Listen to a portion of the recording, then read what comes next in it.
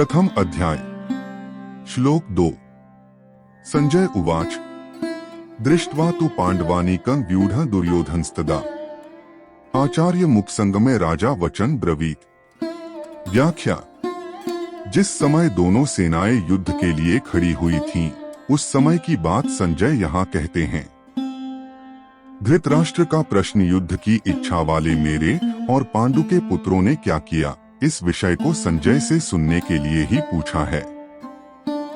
दृष्ट्वा पांडवानीकं व्यूढ़म अर्थात पांडवों की वज्रव्यूह से खड़ी सेना को देखने का तात्पर्य है कि पांडवों की सेना बड़ी ही सुचारू रूप से और एक ही भाव से खड़ी थी, अर्थात उनके सैनिकों में दो भाव नहीं थे, मतभेद नहीं था।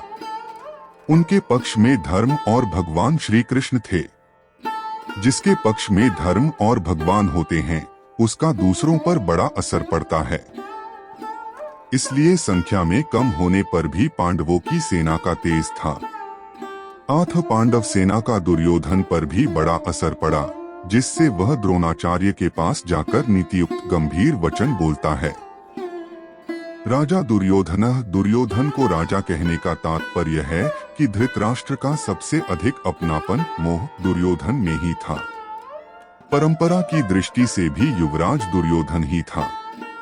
धृतराष्ट्र तो नाम मात्र के राजा थे। युद्ध होने में भी मुख्यतः दुर्योधन ही था। इन सभी कारणों से संजय ने दुर्योधन के लिए राजा शब्द का प्रयोग किया है। आचार्य मुख संगमय द्रोणाचार्य के पास जाने में मुख्यतः तीन कारण मालूम होते हैं। एक, अपना स्वार्थ सिद्ध करने के लिए, अर्थात द्रोणाचार्य के भीतर पांडवों के प्रति द्वेष पैदा करके उनको अपने पक्ष में विशेषता से करने के लिए दुर्योधन द्रोणाचार्य के पास गया। दो, व्यवहार में गुरु के नाते आदर देने के लिए भी द्रोणाचार्य के पास जाना उचित था। तीन, मुख्य व्यक्ति का सेना में यथास्थान खड़े रहना बहुत आवश्यक होता है, अन्यथा व्यवस्था बिगड़ जाती है। इसलिए दुर्योधन का द्रोणाचार्य के पास खुद जाना उचित ही था।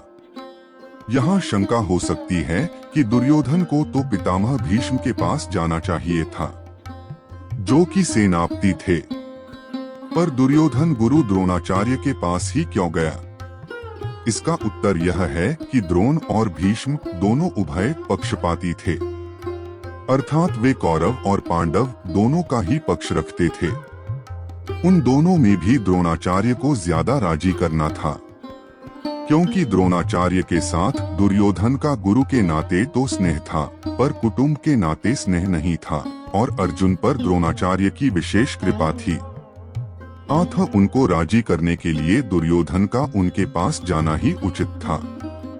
व्यवहार में भी यह देखा जाता है कि जिसके साथ स्नेह नहीं है, उससे अपना स्वार्थ सिद्ध करने के लिए मनुष्य उसको ज्यादा आदर देकर राजी करता है। जब भी कोई ज्यादा आदर दे तो सावधान रहे। दुर्योधन के मन में यह विश्वास था कि भीष्म तो हमारे दादाजी ही है, अतः उनके पास न जाऊं तो भी कोई बात नहीं है। न जाने से अगर वे नाराज भी हो जाएंगे तो मैं किसी तरह से उनको राजी कर लूंगा। पितामह भीष्म का दुर्योधन के साथ कौटुंबिक संबंध और स्नेह था। वचन ब्रवीत, यहाँ अब्रवीत कहना ही पर्याप्त था, क्योंकि अब्रवीत क्रिया के अंतर्गत ही वचन मा जाता है।